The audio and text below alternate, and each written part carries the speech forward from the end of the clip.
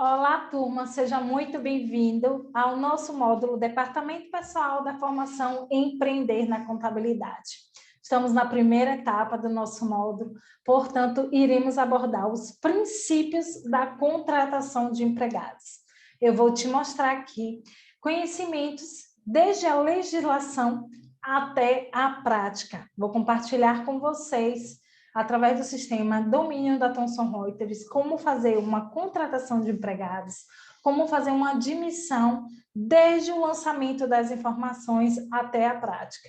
Vou compartilhar com vocês aqui a minha tela para compartilhar o material de nossa apresentação para vocês me acompanharem, tá? Deixa eu ver. Bom, eu costumo dizer que todo o processo do departamento de pessoal inicia pela admissão. E costumo dizer também que a admissão ela é uma fase muito importante. Por quê? Porque é a fase em que o empregado ela está entrando naquele estabelecimento, né? O primeiro contato do empregado com aquele estabelecimento é a contratação dele. E nós, como departamento pessoal, somos responsáveis pela utilização dos dados desse empregado, né? E a partir da contratação dele, da admissão, dos lançamentos que nós iremos fazer, é que virão os próximos processos, que é o quê? É a rescisão, são as férias, um afastamento, a folha de pagamento. Portanto, é imprescindível que nós tenhamos muita atenção no lançamento desses dados. Seja nas informações de nome, filiação, qualquer que seja a informação, a gente precisa ter atenção. Por quê? Porque se a gente fazer um lançamento ali de uma letra errada no nome, ou colocar um sobrenome diferente, já aconteceu. Ou colocar um número do documento do funcionário errado, isso vai dar um problemão para a gente lá na frente. Mesmo que hoje em dia, com a entrada do e-social, o e-social está filtrando mais esses erros e muitas vezes não passa, mas ainda assim ocorrem esses problemas.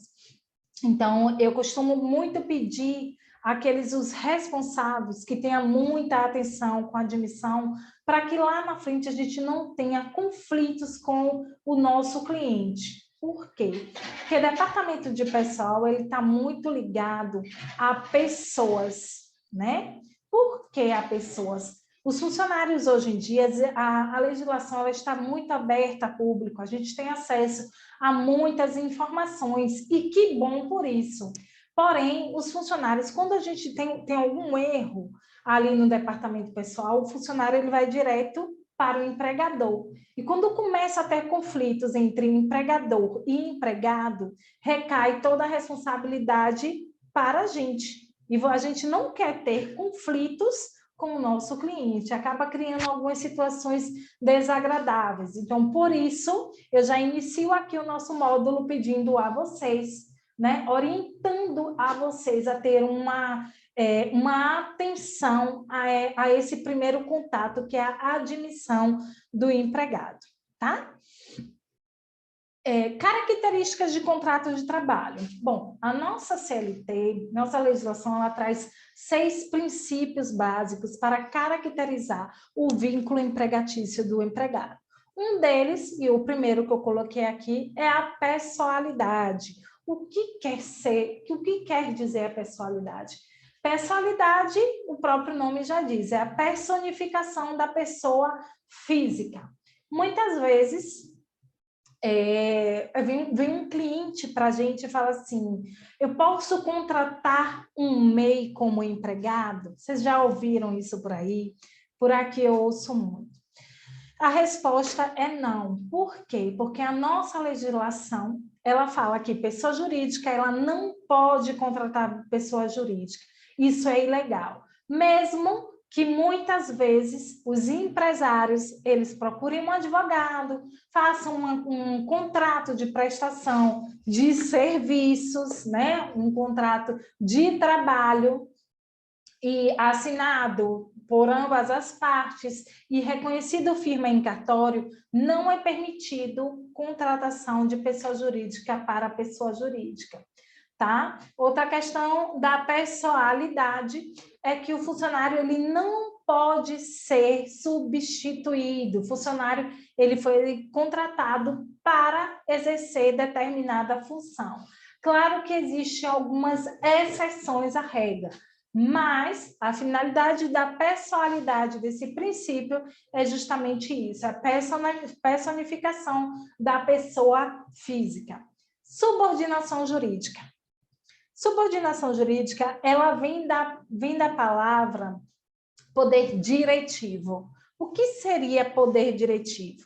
O empregador, ele tem o poder de direção sobre o seu empregado. Ele tem o poder de estabelecer onde, quando, né? Onde e quando o funcionário ele irá exercer a sua função. Ou seja, o empregado ele passa a ser subordinado àquele poder diretivo do empregador. A onerosidade. Onerosidade, ele quer dizer o seguinte, a nossa CLT, ela traz a onerosidade também bem puxada para essa questão da subordinação jurídica. Por quê?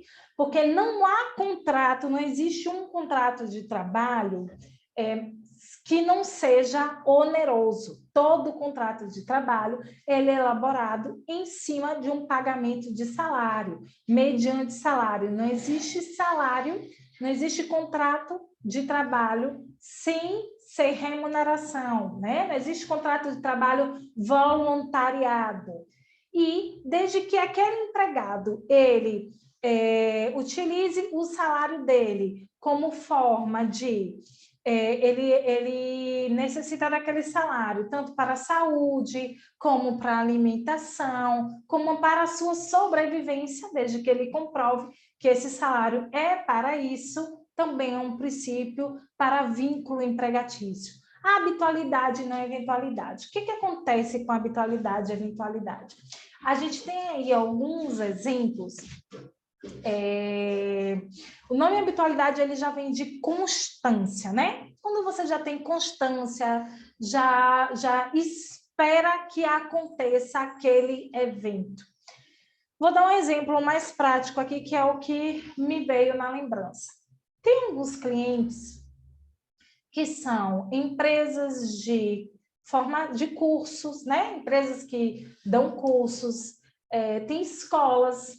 Vamos supor que uma escola, a escola Arco-Íris, contrate um professor, né? Tem lá um contrato de trabalho entre um professor, que esse professor ele vai trabalhar apenas a segunda-feira, 4 horas por dia, certo?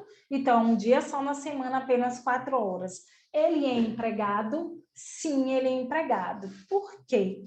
Porque a nossa legislação, ela fala aqui, não necessariamente o empregado ele precisa trabalhar as 8 horas diárias, todos os dias, para ser considerado vínculo empregatício, tá?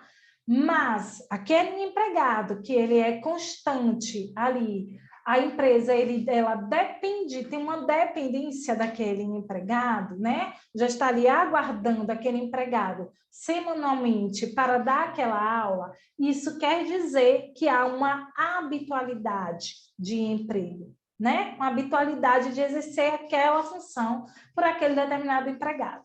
Acontece que em bares e restaurantes é muito comum, né? Os empresários dizerem assim, eu contratei seu João para vir para aqui só nos finais de semana, porque quando tem um volume maior, né, de atendimentos. Mas desde que ele contrate seu João sem carteira assinada e seu João ele está ali todo final de semana, isso é uma característica de contrato de trabalho. Seu João, se possivelmente seu João lá na frente ele tiver que entrar com uma ação judicial contra a empresa, o seu João ele vai ter todos os direitos trabalhistas dele garantidos, porque ali houve habitualidade, houve constância no trabalho de seu João. Risco do negócio do empregador. É o seguinte, quando o empregador, um estabelecimento, ele contrata um empregado, aquele empregado, ele espera o salário dele, né? Espera que o seu empresário, que o seu empregador, ele fature para que ele receba o salário dele. E o empregador, quando ele contrata um empregado, ele é obrigado a pagar o salário do empregado. Então, de qualquer forma, o funcionário ele está ali sob o risco, né? O risco do negócio do empregador, está sob o risco ali. Essa questão do risco do negócio do empregador, ela veio exclusivamente porque muitas vezes a empresa uma empresa de massa falida, né? Aquelas empresas, aqueles estabelecimentos que são públicos, eles se dão ali como falidos e aí eles não pagavam todos os débitos trabalhistas. Então, a CLT, ela instituiu também o risco do negócio do empregador, porque o empregado, ele está sob o risco do faturamento do seu empregador. E exclusividade quer dizer o quê? Que o empregado, ele não pode prestar serviço para outra empresa desde que esteja contratado ali pelo seu empregador, por determinado estabelecimento. Funcionário que está de férias pode trabalhar para outro empregador? Vocês já ouviram essa dúvida? Não, não pode trabalhar por outro empregador, né? O empregador ele tem ali acesso exclusivo ao seu empregado. Porém, a gente tem uma ressalva aí. A reforma trabalhista ela trouxe o contrato de trabalho intermitente, né? O contrato de trabalho intermitente. O que é que acontece com o trabalho intermitente? Ele não é constante, ele tem um período ali de inatividade. Então, quando esse contrato ele está do intermitente, ele está inativo para aquele determinado estabelecimento, ele tem a liberdade de trabalhar para outros empresários, né? A gente vai entrar mais a fundo, um pouco mais à frente, nessa questão dos contratos de trabalho, essas modalidades de contrato. Mas a exclusividade só tem esse parêntese mesmo, que é a questão de contrato de trabalho intermitente. E o funcionário, ele é exclusivo daquela empresa, ele não pode prestar serviço para outra empresa. Mas, afinal, quem realmente são os empregados, né? Quem que tem vínculo empregatício? São os empregados domésticos, que, por sua vez, a CLT ali, no meu ponto de vista, ela foi um pouco injusta, porque para que o empregado doméstico ele seja caracterizado empregado, ele tem que trabalhar ali para o seu empregador no mínimo 3 vezes por semana, ainda assim sob pena, né, sob risco de ser considerado como diarista. Então, o aprendiz também é um empregado, né, com vínculo empregatício. E temos aqueles também que não têm vínculo empregatício, que é o autônomo, né? Eu já estou aqui falando em outras línguas. O autônomo, o temporário, o trabalhador avulso. E qual é a diferença entre esses, os que têm vínculo e os que não têm vínculo? Os que não têm vínculo empregatícios são aqueles que a diferença deles é o seguinte, a carga tributária. O que tem vínculo empregatício, o empregador, ele é obrigatório a pagar todas as verbas trabalhistas, assim como FGTS, décimo, férias, hora extra, adicional noturno, DSR, comissão, todas as verbas trabalhistas. E os que não têm vínculo empregatício, a única obrigatoriedade dele é repassar o INSS, que é descontado da prestação de serviço, né, daquela remuneração, e o imposto de renda. Essa é a diferença entre um empregado com vínculo empregatício e os que não têm vínculo empregatício. Na questão da pessoalidade, eu queria chamar a atenção que existe os contratos de trabalho, né, os contratos de prestação de serviço, que pode ser para aqueles trabalhadores sem vínculo. Aí sim pode ser considerado, pode ter aquele contrato, né, que eu falei, que é feito elaborado por um advogado, assinado por ambas as partes, né? Aí sim, esse contrato é válido, mas para empregado com vínculo empregatício, ele não é válido. Modalidades de contrato de trabalho. Essa é uma parte bem interessante.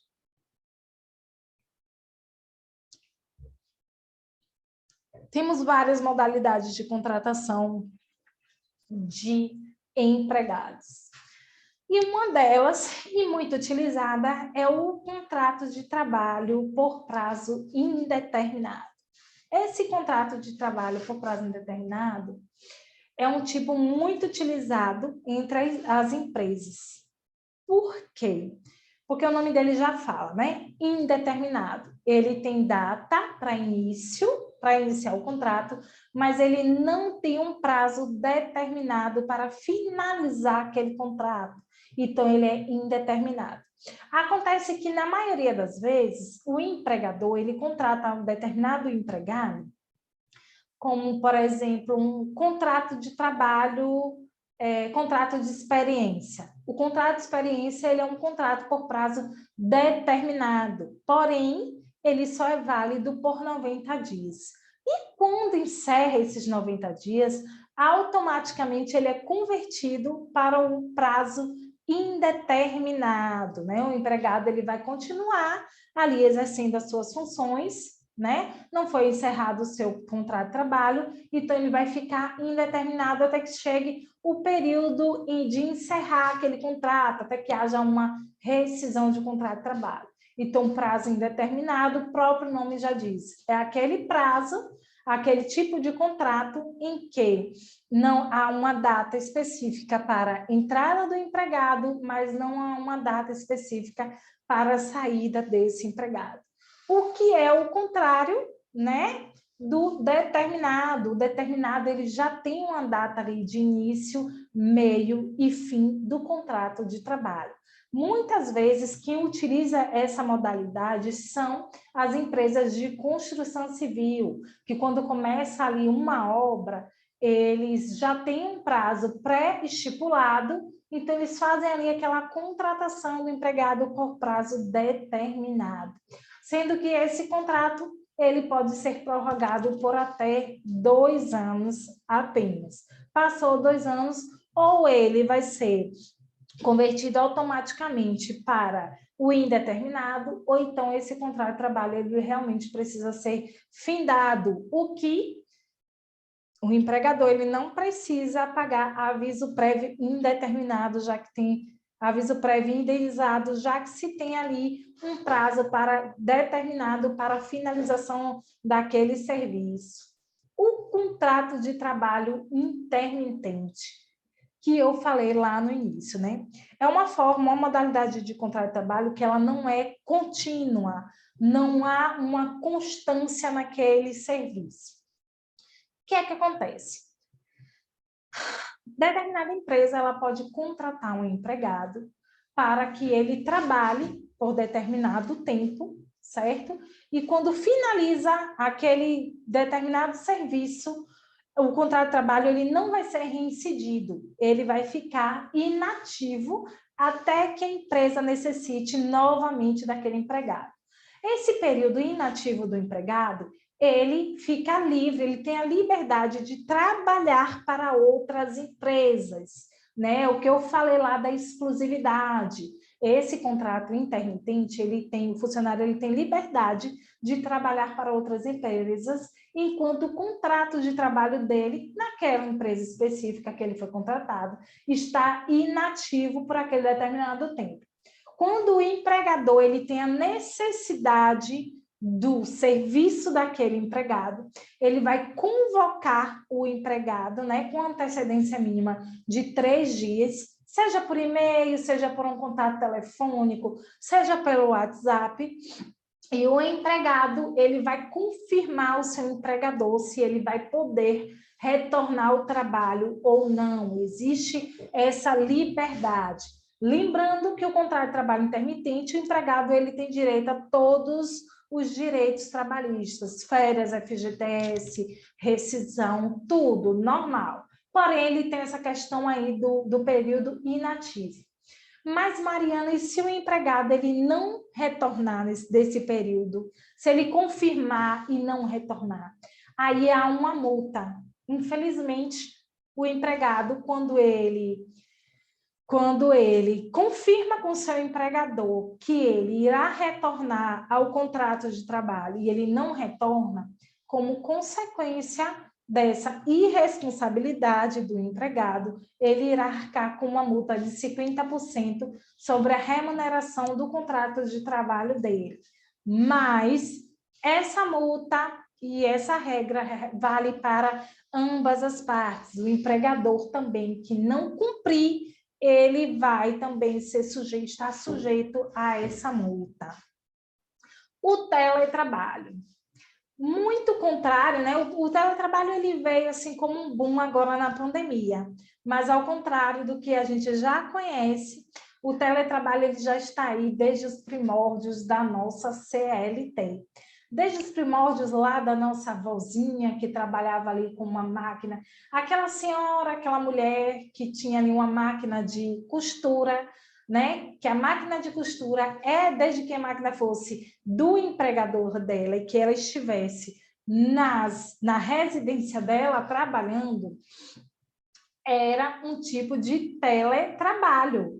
Porque o teletrabalho, ele se dá, não é aquele funcionário que trabalha externo, não. É aquele trabalho em que o funcionário, ele está ali exercendo as atividades, porém ele depende do maquinário do seu empregador. E com a nova reforma trabalhista, a reforma ela considerou a utilização de tecnologias da informação e comunicação, né? Aí foi considerado, aí a gente passou a entender mais como funcionava também o teletrabalho, os equipamentos de comunicação, o computador, o celular, um aparelho, né? Eles são, sim, meios de comunicação que são utilizados no teletrabalho, tá? Só que o teletrabalho, ele há um monitoramento por parte do empregador, não é aquele funcionário que está ali externo, trabalhando com vendas. O empregador, ele tem acesso a todo o movimento que o empregado está exercendo, né? O período ali que ele está inativo no sistema, viu? Se você trabalha aí com sistemas, o seu empregador ele tem acesso a isso.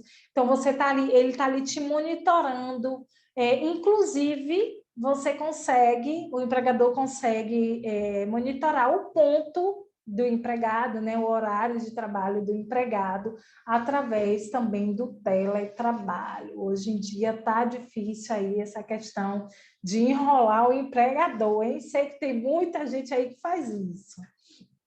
Mas eu espero que a minha turma aqui seja consciente e que isso não acontece, né? Porque nós somos responsáveis com o nosso trabalho e se nós estamos numa formação, o intuito realmente ou a gente adquirir conhecimento para ser um intraempreendedor, que é aquele que trabalha para o empresário, né? Que toma conta do negócio de terceiros, ou até um empreendedor, né? Você querer obter clientes e trabalhar aí com o departamento pessoal.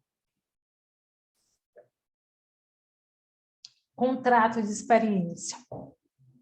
É uma modalidade de contrato muito utilizada. Inclusive, é o que nós orientamos a todos os nossos clientes. Fez admissão, faz contrato de experiência, tá? Por quê? Porque o contrato de experiência é o período ali que o empregador ele tem para avaliar o desempenho das atividades daquele empregado, certo?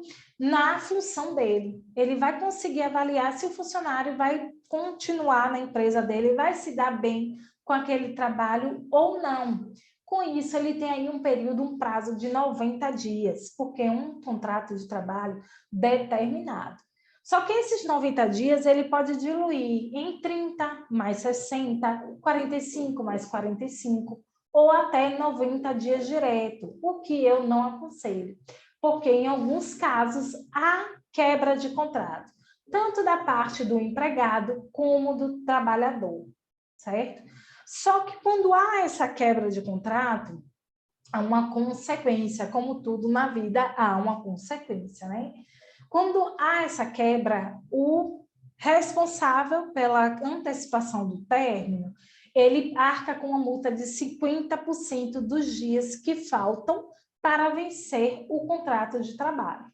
Então, vamos supor que o teu cliente contratou um empregado com o prazo de 90 dias direto. Quando chega nos 35 dias ali que faltam para vencer os 90 dias, o teu cliente, ele vai lá e encerra o contrato. Não quero mais ficar com aquele trabalhador porque não deu certo aqui na minha empresa, não tô satisfeito com o trabalho dele. E aí, agora, o seu cliente ele vai ter que pagar 50% dos dias que faltam. 35 menos 90, 55 dias.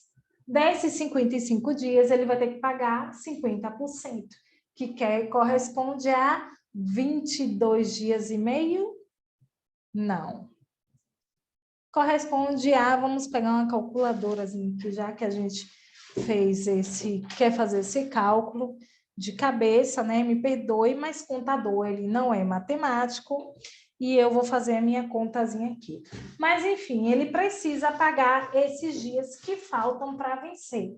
E aí vai ter ali um custo maior na empresa dele que ele nem esperava, desnecessário. E quando ele faz ali, que é o que eu mais oriento, é o 45 mais 45, você conversa ali com o teu cliente, diz assim, não, espera mais um pouquinho até vencer para que você não pague essa multa. Já é uma forma de você estar orientando ali e o seu cliente ele perceber que você está cuidando da empresa dele, do bem dele, né? A calculadora não estava aqui disponível, então a gente segue o baile, segue em frente. Contrato de trabalho temporário. O que seria esse temporário? O temporário, o nome já diz, né? Ele é um contrato por prazo determinado. Por quê? Porque geralmente ele é utilizado quando o empresário ele tem a necessidade de substituição do empregado. Por exemplo, uma funcionária que está gestante vai sair de licença maternidade. Vamos supor que essa funcionária ela seja um operador de caixa. A empresa, o supermercado, a loja, daquele comerciante vai poder fechar aquele caixa porque a funcionária saiu de licença? Não. Então, o que a gente orienta como bons profissionais do departamento pessoal? Fazer um contrato de trabalho com outro funcionário, né? Trazer um novo funcionário, um novo integrante para a equipe, por prazo determinado, que é o período temporário, ou seja, ele vai substituir por determinado tempo aquela funcionária daquela função, né? É como está falando que é alocação para atender as demandas complementares de determinados serviços. O funcionário temporário é esse aí. Então, vamos lá na prática, que é a parte que vocês mais gostam, para eu mostrar para vocês como é que a gente faz a admissão. Vamos aqui compartilhar agora a telinha aqui do sistema domínio. Quem já teve aqui acesso ao sistema domínio ou qualquer outro que seja. Assim, o que é que acontece com os sistemas? Tem sistema que ajuda muito mais a gente, tem sistema que ali a questão do desenvolvedor dele é um pouco mais fraca, mas todo sistema, a linguagem é a mesma. Pode ser que esteja uma escrita ali diferente, mas todo sistema funciona da mesma forma. Estou compartilhando com vocês aqui o da domínio, porque é o que atualmente eu utilizo e, sinceramente, é o que eu mais gosto ao longo desses 12 anos de trabalho. Então, eu vou mostrar aqui para vocês, mas é o mesmo trâmite que vocês vão ter de contratação de empregados em qualquer outro sistema, tá?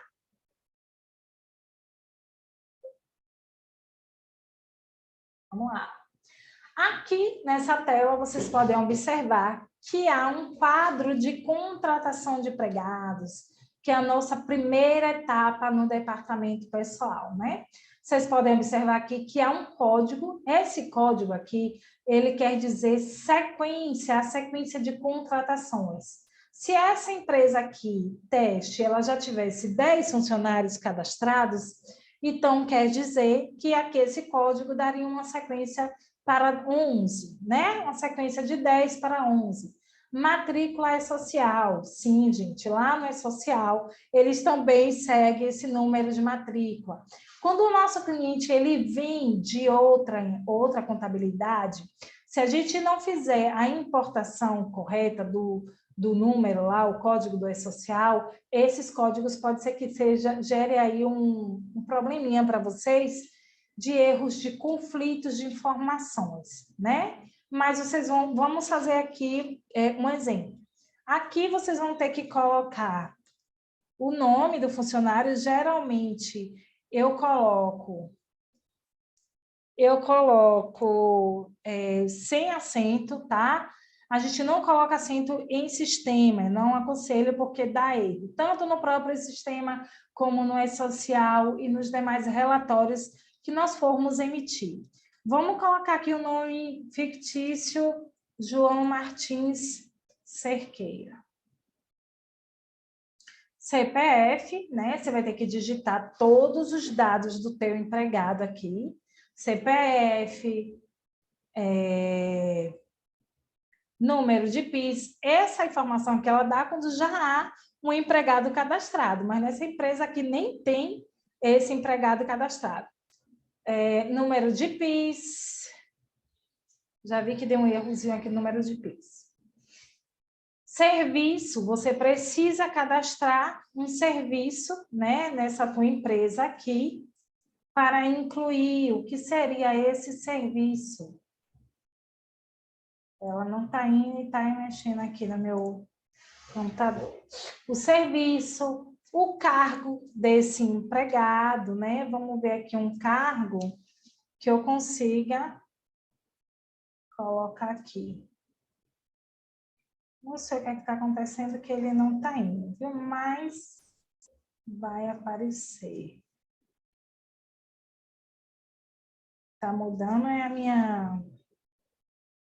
É só para me envergonhar mesmo, mas nós não iremos nos abalar com isso.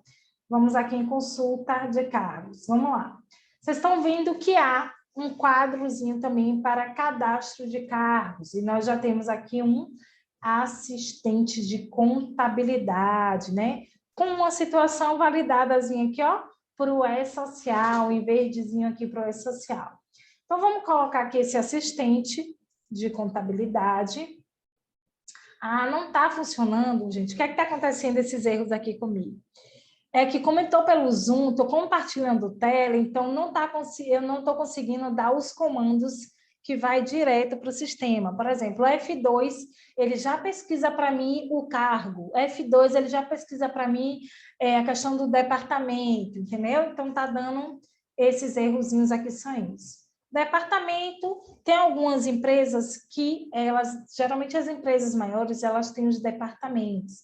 Departamento de marketing, de compras, de vendas, departamento financeiro, administrativo, e eles são muito organizados. Isso acontece muito com empresas do lucro real. Então, eles departamentalizam isso, assim como por centro de custo também, tá? Sindicato, vamos botar aqui um sindicato, exemplo. Data de admissão, a gente vai colocar a data de admissão do cliente. Aqui nesse sistema, ele já dá o vencimento das próximas férias, os 12 meses, né? Que o funcionário terá de direito. Categoria, a gente tem aqui, ó, mensalista, semanalista, diarista, horista, tarefeiro, comissionário, são algumas categorias que incluem na contratação de empregados, assim como seletista, né, que é o nosso funcionário CLT, o mais comum, O avulso, o temporário, da lei que eu falei aqui, ó. O seletista por prazo determinado. Quando a gente, é importante a gente destacar aqui essa informação no sistema quando é determinado, porque, consequentemente, a gente vai ter que colocar lá o prazo da finalização desse contrato. E aí, quando a gente for fazer a rescisão, ele não vai puxar aviso, né? Porque já estava determinado o prazo. Rural, como todos os outros demais, doméstico, aprendiz, tá vendo? Ele tem todas as opções aqui. Nós vamos fazer o seletista, tá? Aqui a gente não vai alterar o valor do salário. Salário mínimo, né? Nosso João aqui, ele vai ter um salário mínimo. E esqueci de comentar aqui com vocês que aqui já dá uma opção, ó, de você fazer a informação do contrato de experiência dentro do sistema. De forma aqui, ó, vamos supor, 45 mais 45, ele já vai te dar todo esse prazo aqui, assim como já vai puxar lá no contrato de experiência quando a gente finalizar a nossa contratação. Informações profissionais. Essa informação profissional aqui, ela foi exigida a partir do E-Social, tá? O E-Social, ele estava exigindo essas informações, só que hoje em dia já não tem mais essas informações complementares, graças a Deus, porque estava dando muitos erros. Outros dados, que é o que aqui, ó? Domicílio bancário, endereço de banco, as informações todo de banco aqui, que são informações de cadastramento lá do PIS, geralmente aqui é utilizado na Caixa Econômica Federal ou no Banco do Brasil, mas raramente a gente vai preencher isso aqui. Geralmente os escritórios de contabilidade não utilizam. Que utilizam muito isso são quando as empresas têm o próprio departamento pessoal dentro da empresa dela, como construção civil, tem muito disso. Carteira de trabalho, que foi substituída, né, pelo CPF com a atual carteira de trabalho digital, ela foi substituída, mas nós fazemos aqui as informações ó, de carteira de trabalho do funcionário, o númerozinho ali, que são 7 números, né? Vamos aqui inventar aqui um número, e a série são 5 números, vamos colocar aqui 5 dígitos, para a nossa série. Data de expedição, vamos botar aqui 3/2/2015, UF Bahia. Outros dados. Essa informação aqui de horário, ela é extremamente importante. Por que ela é importante? Porque tem algumas empresas, inclusive temos alguns casos aqui, que tem funcionários que exercem 220 horas, tem funcionários que exercem 200 horas, tem funcionários que exercem apenas 180 horas, e isso é importante estar no contrato de trabalho. Como eu falei, a admissão, ela é um pilar principal do departamento pessoal, porque a gente é o primeiro contato do empregado com a empresa, primeiro contato de todas as informações daquele empregado com a empresa. E o momento que a gente faz um lançamento desse de horário errado aqui, se você fizer, por exemplo, ó, ele trabalha de 8 às 18 e trabalha às 220 horas, né? Aqui, ó, 220 horas. Se isso aqui estiver errado, hora extra é calculada errada, adicional noturno é calculado errado. Então, a gente tem que ter muita atenção aos mínimos detalhes da contratação do João, para que a gente não tenha problema lá na frente, na folha de pagamento. Hoje em dia, a legislação e as informações estão muito explícitas. Então, muitos funcionários hoje em dia, eles têm acesso, eles sabem calcular uma hora extra. Um funcionário que exerce 220 horas por mês vai ganhar o valor da hora extra dele, mesmo que seja 1.212, o valor da hora extra dele vai ser menor do que aquele que exerce 220, do que aquele que exerce 180. Então, a gente precisa ter atenção nos mínimos detalhes, inclusive no horário do trabalhador, tá? Aqui eu não vou alterar, porque já está aqui tudo certinho. 7h33 por dia, porque queria muito estar ao vivo para vocês me dizerem. porque ele considera aqui como se o funcionário fosse trabalhar as 4 horas no sábado, né? Porque 7h33 é de segunda a sexta e o complemento para as 44 horas semanais ao sábado. Mas aqui não interfere em nada para aqueles que trabalham as 44 horas semanais e que estendem 1 hora numa sexta-feira, por exemplo, ou diminuir 1 hora na sexta-feira, tá? Pagamento aqui também você vai preencher, caso a sua empresa, você trabalhe numa empresa que seja, a contabilidade seja interna. Informações sobre FGTS. Ele é optante? Sim, ele é um empregado optante pelo FGTS. Sair na RAIS? Sim. Ele ainda está puxando a RAIS aqui, por quê? Porque ainda existe alguns problemas de RAIS que a gente ainda utiliza para retificação do passado. Então, ele ainda está aqui, a gente deixa essa informação. Possui benefício do PAT? O PAT ele é um programa de alimentação do trabalhador que dá um benefício para a empresa, um benefício de imposto para algumas empresas, principalmente empresas do lucro real e lucro presumido. O PAT ele é bem interessante. E se for também lá na RAIS, a gente precisa fazer essa informação. A RAIS é DIF. A RAIS já deixou de existir, tá? Mas em algumas situações a gente ainda utilizável. Então, tá por aqui ainda. Na DIF, não. Apenas na RAIS. E a gente iria finalizar aqui o que seria isso aqui do PAT.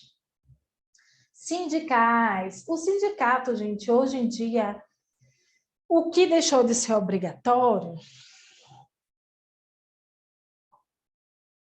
foram as contribuições. Taxa assistencial, contribuição sindical, ela deixou de ser obrigatória. Mas as regras, as cláusulas da convenção, ela não deixou de ser obrigatória. Então, a gente coloca assim aqui, porque também existe um cadastro de parametrização de sindicatos, ó, empregado e patronal. Antigamente, a gente emitia, né, um relatório, uma relação dos empregados que estavam, por exemplo, contribuindo com mensalidade sindical, enviava para o cliente, porque o empregador ele tinha a obrigatoriedade de enviar isso para o sindicato. Então, aqui ó, tem todas as informações dos sindicatos. Vamos lá para o comerciário, né? Tem todas as informações aqui, ó. Endereço, os cálculos que a gente tem, tudo isso aqui é parametrizado. Comissionado, como é que funciona a média, vocês vão entender sobre média nos outros módulos, indenização especial em casos de multas, convenções, o piso da categoria, que são até 3 pisos, geralmente tem na convenção, então tudo isso a gente coloca aqui. E aqui no nosso sistema ele vai dar aqui, ó, todas as empresas que estão nesse sindicato, os meus clientes que estão nesse sindicato, tá? Temos acesso a isso também. Atestados e exames ocupacionais, a gente consegue lançar aqui. Inclusive, monitoramento da saúde, que é o novo SST que tem aí. Plano de saúde, importante lançar plano de saúde quando se tem? Sim. Aí, nosso cliente precisa mandar informações da operadora do plano de saúde, número de ANS, tudo direitinho, para que a gente possa fazer o cadastro da operadora do plano de saúde, aqui, ó, como a Bradesco, e esse cadastro aqui, mais uma vez, minucioso, ele vai para as declarações do empregado, como a DIF, por exemplo, tá? Plano de saúde a gente inclui aqui, inclusive tem a opção da gente incluir, ó, vamos supor, vamos incluir aqui a operadora e a gente tem a opção de colocar o FIM e colocar isso aqui como fixo, lá para na hora do momento da geração da folha de pagamento do empregado. Treinamentos, isso aqui é mais para monitoramento daquelas empresas que têm o seu escritório de departamento pessoal interno. Pessoais, a gente vai lançar o que aqui? O RG de seu João, né? Vamos colocar aqui um RG fictício. Vamos colocar aqui Bahia. E a data de seu João a data da expedição do RG de seu João, número de identificação fiscal, registro de identidade civil, se tiver a gente coloca, passaporte, se ele for estrangeiro, a gente precisa informar também, número de título de eleitor, carteira de motorista, se você quiser lançar, de reservista. Não é mais obrigatório essas informações para o e-social, mas se o teu cliente ele enviar, você é obrigatório colocar. Documentos profissionais, você pode incluir aqui também, se ele tiver uma formação, como nossa formação contador, a gente pode colocar aqui, ó, conselho, CRC, número do registro, a região, a UF, a Bahia, aqui, como por exemplo o meu, expedição e validade. Se for um engenheiro, a mesma coisa. Se for um arquiteto, a mesma coisa. Né? A gente faz todos os lançamentos aqui. Um lançamento fixo, isso aqui, assim, ó, automatiza a nossa folha de pagamento demais, é muito legal. Faltou algo aqui bem importante nesse pessoais, tá? Que eu não passei direito. Endereço do empregado. Vamos botar aqui 142 701 850. O meu sistema, ele puxa isso aqui automático lá do site dos Correios. Espero que ele não demore, né, para não atrasar um pouco a nossa aula, mas não demorou, né? Aí ele já dá aqui, ó, não precisa você estar digitando. Colocar aqui um número fictício, complemento, e aí você tem aqui a opção de colocar os e-mails. Tudo isso aqui, gente, veio do e-social, que hoje já não é mais obrigatório, tá? Informações pessoais. Data de admissão de seu João, país de nacionalidade, né? Eu vou ter que colocar aqui. Poxa, vai dar erro, hein? Brasil. Deixa eu tentar ver aqui se eu consigo fazer por fora aqui. Aí eu teria que interromper o nosso compartilhamento. Brasil, vai dar um erro aqui, mas a gente conserta. Nome do pai, Antônio Rodrigues Cerqueira. Nome da mãe, Joana Silva Martins. Vamos dizer que a moça é casada, né? Cerqueira. Menor de 18, 6 anos, ó. Tem que lançar isso aqui para menores. Outros dados.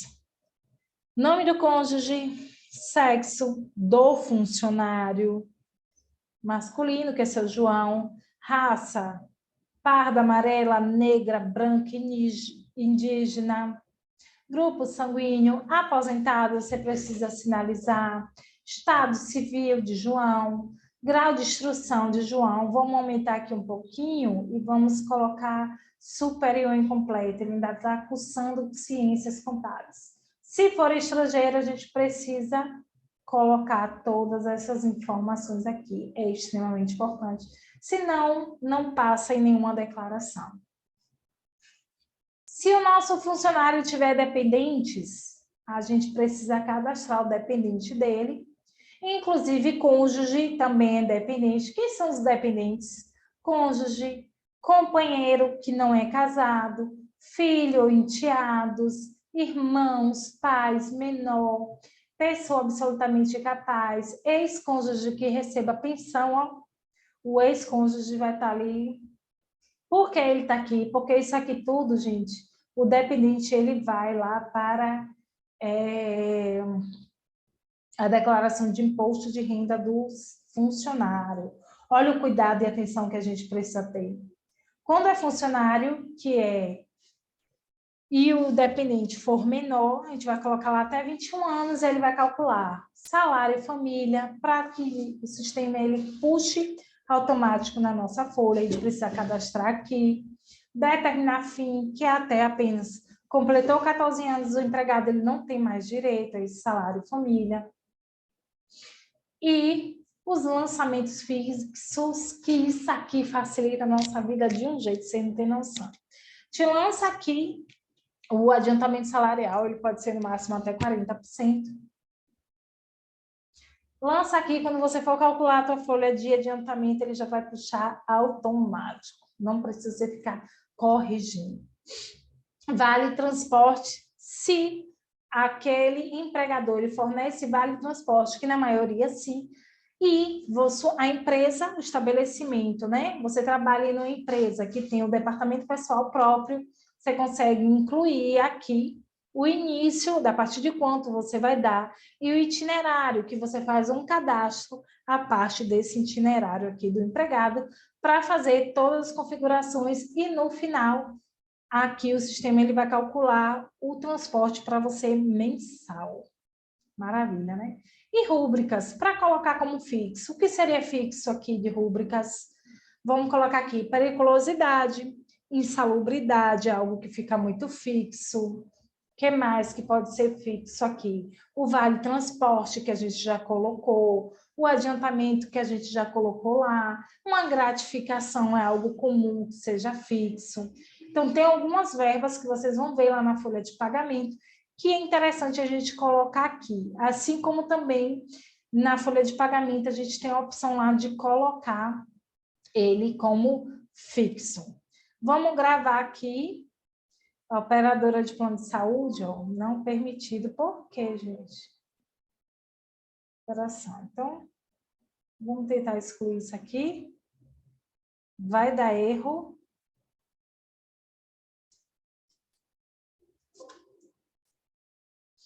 Por que está dando erro? Vamos tentar aqui, ó, corrigir. Pronto. Conseguimos. Código interno itinerário. Eu fiz alguma coisa e para isso aqui tem que excluir.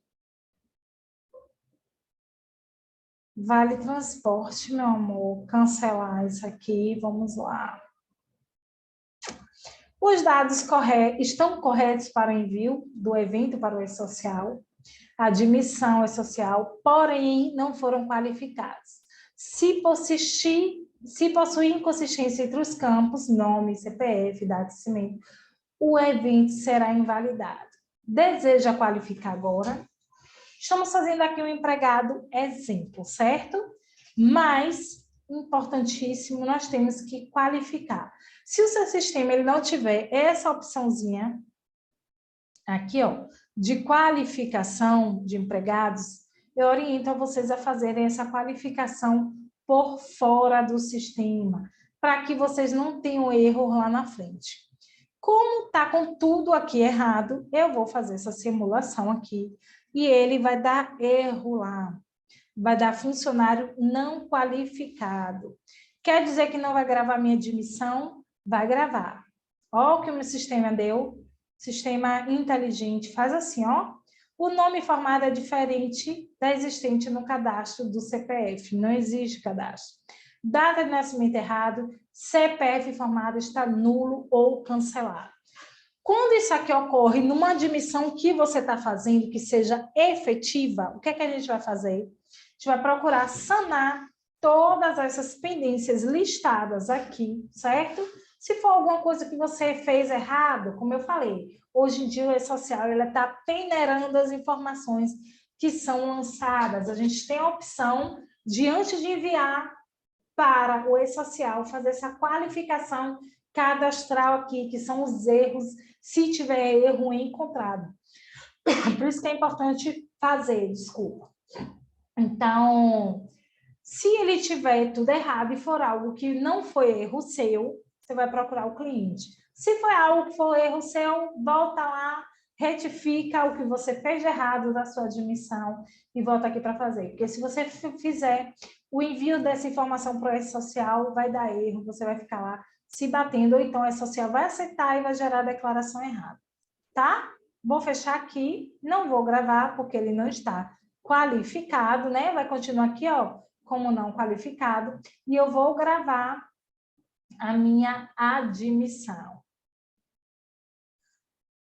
admissão pronta, se o funcionário estivesse qualificado, automaticamente o meu sistema ele ia fazer a informação, o envio da informação, né, que é o evento para o e-social, e aqui a admissão ele constaria como validado, mas como não está, e é uma situação exemplo, vamos permanecer, tá? Então, por que o meu sistema também, importante falar aqui, porque o meu sistema, ele faz a informação automática, porque ele me dá a opçãozinha aqui, ó, de fazer o uso, não vou abrir porque tem informações pessoais, de fazer o uso do certificado digital A1. O certificado digital A1, ele é em nuvem, então ele possibilita a gente fazer o envio dessas informações automático. Eu não preciso ficar aqui, ó, clicando enviar e-social em cada admissão, em cada processo que eu fizer. Então, o meu sistema, ele é inteligente ao ponto de enviar automático essa admissão. Fez aqui, ele envia automaticamente lá para o e-social, o evento. A admissão, nós temos outro passo. Primeiro passo é a gente compreender a fundo a legislação que tem por trás de toda a contratação de empregados, possibilidades para dar aos nossos clientes. Segundo passo, a atenção ao cadastramento, ao lançamento das informações. Eu pude mostrar aqui para vocês de maneira breve como lança todas essas informações, né? Vocês puderam me acompanhar aqui. E o terceiro passo são os relatórios, os documentos dessa contratação. Que documentos são esses? Contrato de trabalho do empregado, a gente vai enviar para o nosso cliente. Termo de responsabilidade de salário família, a gente precisa enviar para o nosso cliente. Caso tenha dependentes, qual seria o outro? Exame admissional, a gente precisa orientar o nosso cliente quanto ao exame admissional. E a ficha de registro de empregados, que foi a ficha ela é a substituição do cadastro, ou substituição do livro de registro de empregados. Me desculpe. Então, vamos aqui emitir, mostrar para vocês aqui um contrato de trabalho do empregado. Nosso funcionário João, a gente fez ele como contrato de experiência. Vocês podem ver aqui, ó, que a gente tem vários tipos de contrato de trabalho. Temos contrato de estágio, contrato de experiência, contrato oral, regime parcial, temporário, tudo isso aqui vocês já sabem. Indeterminado, tem declaração de vale transporte, caso o empregado ele entenda que ele não vai necessitar de vale transporte e por livre e espontânea vontade ele não quer o vale transporte, tem aqui um documentozinho que você precisa enviar para o seu cliente, mas vamos de contrato de experiência do funcionário João, né? Que é o que a gente fez agora. Então, a gente vai botar o códigozinho lá do cadastramento do empregado e aqui na data de emissão eu sugiro, oriento colocar a data de contratação do nosso empregado, certo? Que vai se dar ali como que ele estava assinando naquele prazo, naquela data. Aqui nós temos um contrato de experiência, onde dá aqui todas as informações, tanto do empregador quanto do empregado que você fez o contrato. A gente pode observar aqui, ó, que tem a função do empregado, se colocar errado, tem problema. Tem o valor aqui, ó, da remuneração, que é o salário do empregado, que a gente precisa ter atenção. O prazo de contrato de experiência desse empregado e todas as outras cláusulas. Assim como aqui embaixo, vai te dar a cidade, o local onde está sendo elaborado esse contrato de trabalho, assim como poderia ser Sobral, lá de Sergipe, Camaçari, Lauro de Freitas, Salvador, Eunápolis, todas as cidades, Rio de Janeiro, estaria aqui a nossa cidade, né, o local e a data de assinatura desse contrato. Empregador, que é o teu cliente, vai assinar e o empregado dele. Essa parte de assinatura aqui é a parte dos primeiros dias do contrato de experiência, assim como tem um termo de prorrogação do contrato de experiência, né? Que fica aqui, o cliente irá denominar aqui a data do fim do contrato, local, né? Lauro de Freitas, repetição, e a data que está assinando essa prorrogação é importante. Importante lembrar que só pode ser prorrogado na data que findou os 45 dias. Não pode colocar um dia antes nem um dia depois. Assim como se findou o contrato, não pode colocar um dia antes nem depois, porque já vai se caracterizar como contrato de trabalho indeterminado. Lembra que eu falei que ele é convertido automaticamente? E esse contrato aqui a gente salva para enviar para o nosso cliente, assim como o termo de responsabilidade do salário família, que eu falei aqui. Seu João, ele não teve dependentes, mas se ele tivesse dependente, a gente ia mandar o termo de responsabilidade. Vamos incluir aqui um dependente para esse funcionário, João, só para que vocês tenham uma ideia do termo de responsabilidade. Vamos botar aqui, ó, Maria Cerqueira, Maria Silva Cerqueira, que é o nome da mãe, né? Vamos considerar aí, fortalecer o nosso time aí de mulheres. Vou botar aqui 2008. CPF de dependente, gente. Antes do E-Social, a gente poderia fazer contratação, inclusão de dependentes sem CPF. Porém, com a chegada do E-Social, isso não é mais possível. Então, a gente precisa fazer a informação desse CPF. Local de nascimento, vou botar aqui Salvador, Bahia. Colocar ela como filho ou enteado até 21 anos. Não tem deficiência. Informações de registro dela, a gente não vai colocar, né? Nada disso aqui não tem necessidade.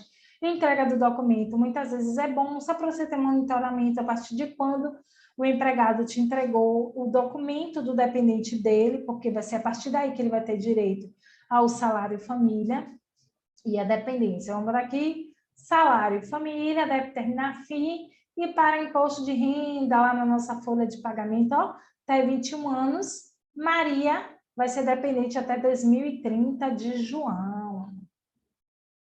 Vamos gravar. Não querem nos qualificar. E olha o que o meu sistema me dá aqui. Invalidado para o E-Social. Tá? Está correto até certo ponto, porque estamos fazendo um teste. Tá? Aqui é só um exemplo. Vamos executar o termo de salário família dele para vocês verem. Aqui tem um termo de concessão de salário família que o empregador irá entregar para o seu funcionário, onde tem o nome da empresa, o nome do segurado, carteira de trabalho, e tem as informações do dependente, todos os termos do termo de responsabilidade pelo seu dependente. A assinatura do funcionário e esse termo de responsabilidade, uma via fica para o empregado e uma via para o empregador. Fora esses documentos, nós temos também aqui a ficha de registro de empregados, que é ali a ficha onde tem todas as informações do empregado, que é uma substituição do livro de registro de empregados. Aqui nós teremos todas as informações de seu João, da empresa que seu João trabalha, e as informações que nós lançamos. Ó, o funcionário, ele tem a nossa nacionalidade no Afeganistão e nasceu na Acrelândia, no Acre, aqui no Brasil. Um errozinho assim que a gente não pôde consertar, mas é possível observar. Aqui vai conter todas as informações de funcionário, inclusive qualquer que tenha alteração. Alteração de salário, alteração de função, alteração de função, Alteração na jornada do empregado vai constar aqui, assim como férias, antes tinha contribuição sindical, constaria aqui. Se o funcionário pagar ainda hoje em dia, que tem alguns que pagam para o sindicato, são sindicalistas, pagam, vai constar aqui. Se houve alguma doença, vai constar aqui. Data de rescisão, se houve rescisão ou não. E a assinatura. Aqui foi uma admissão, não haverá rescisão. Para que serve também a título de transferência entre contabilidades? Quando a gente demite um cliente, ou quando o cliente o cliente sai do nosso escritório, a gente envia essa ficha de registro para o nosso colega de profissão, para o próximo escritório que o cliente contratou. Então, ele vai utilizar todas as informações que nós lançamos aqui com muita cautela, com toda a atenção, para o lançamento lá nos dados do novo escritório, assim como todas as alterações que houverem aqui. Então, isso aqui é de extrema importância, tá? Fora isso, da contratação de empregados, temos o exame, o ASO, né, que é o exame de empregado, exame de admissão, que é obrigatório ser feito esse exame admissional. E agora, com a entrada do SST, o evento, né, de envio da segurança do trabalhador, né, segurança de saúde, segurança do trabalhador, ou é o inverso, agora não me recordo. Ele é extremamente importante, não pode mais deixar de fazer. Temos muitos empresários indisciplinados para isso, mas nós, como contadores, temos que orientar o nosso cliente a fazer esse ASO, o exame admissional do empregado, para saber se ele está apto a exercer a função ou não. Se der inapto, ali ele não pode contratar, ou ele vai estar contratando aquele empregado sob risco do funcionário ter algum problema de saúde, isso se voltar contra a empresa dele, tá? Então, ficamos por aqui, encerramos a nossa aula de contratação de empregados. Se você tem alguma dúvida com relação à legislação, com relação ao sistema, com relação até ao próprio exame admissional, qualquer dúvida, deixa aqui nos comentários da nossa aula, que a gente vai estar voltando para responder todos a vocês, tá? Vamos finalizar aqui o nosso módulo, vou interromper o compartilhamento e eu agradeço a presença de vocês até o final da nossa aula. Forte abraço e nos encontraremos no próximo módulo.